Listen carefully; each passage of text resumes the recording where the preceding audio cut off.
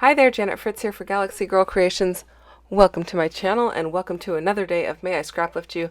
Today I am scraplifting the very talented Cheryl Ashcraft, and her Instagram handle is Watch Cheryl Scrap. She does primarily digital scrapbooking. I don't know if she actually does any with actual physical product or if it's all digital, but I know she does primarily digital. And I really liked this layout because I like that it has 3 photos. I like that it's slightly offset left to right.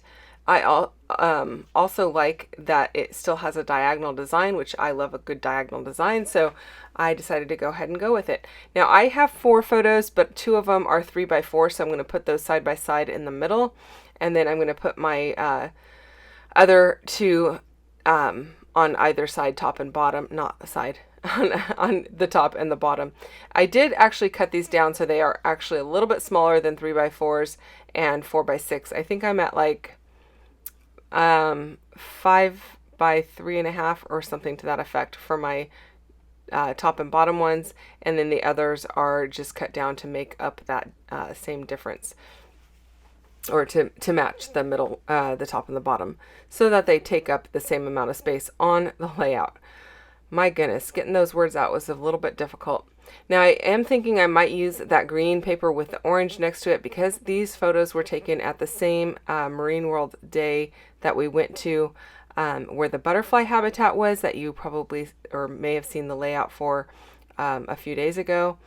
But I don't end up using those 2 pieces of paper. I'm going to swap that out to a green solid. She has a solid, not solid, but a primarily green. It's green on green tone paper, and she has something that reads like a solid in her background as well, so I decided to do that.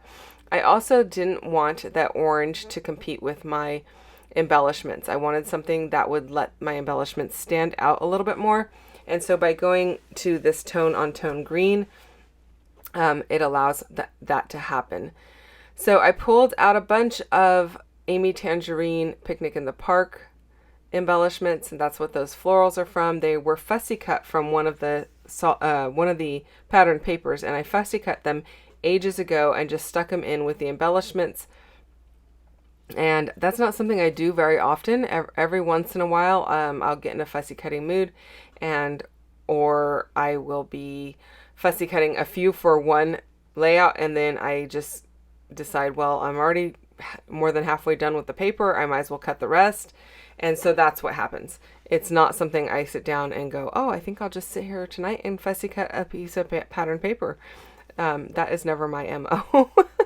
I don't enjoy it as much or enough to do that. So I'm just pulling out embellishments, kind of playing around with what I think will work. I really like that it adds these pops of color.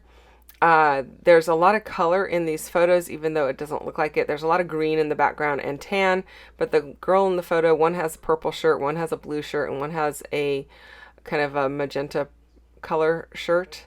And so I thought, let's just go with colorful, because I think it can work.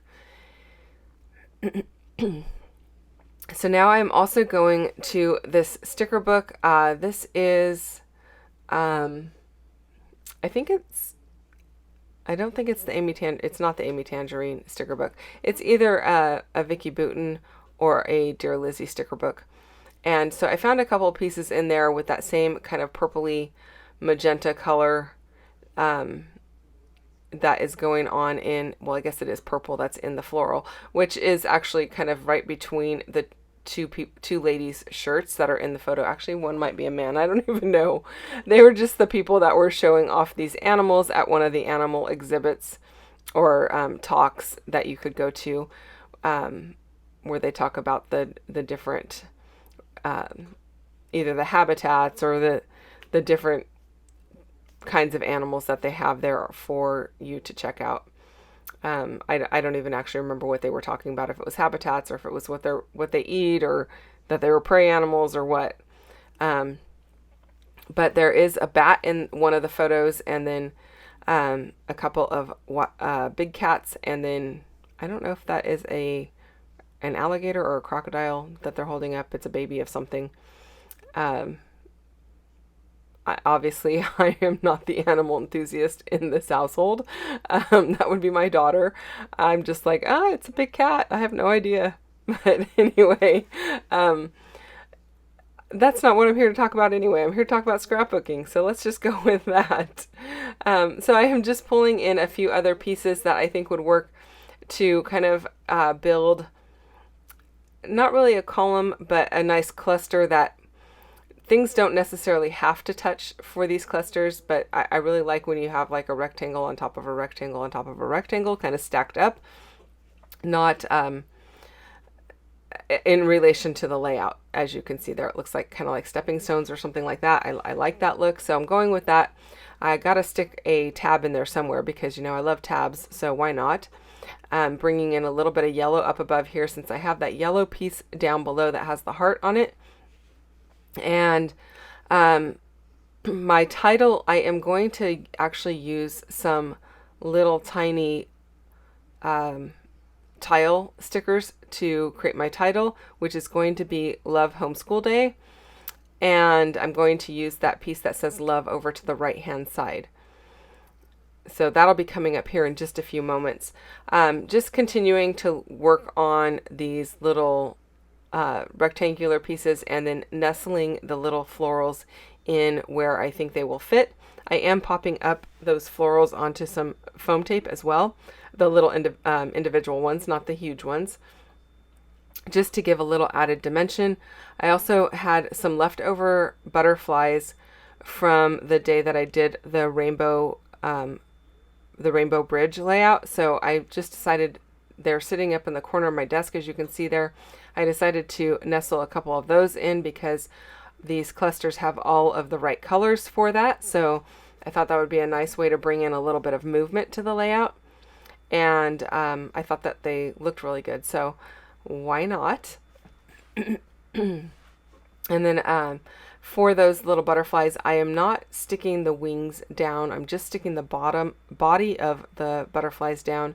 I like the wings to remain kind of lifted. Usually I would put some foam tape underneath to keep them popped up, but they're so small, I think that would be a little bit difficult to do in this case. So I didn't worry about that a whole lot. And here I'm working on my title. You can see the little tile alphas to the right hand side there. That is a stamp and die set that I have. It is from Papertrey ink and it is no longer available. I do get a lot of questions about that particular stamp set and die set every time I use it, so I just thought I'd let you know right off the bat it's no longer available.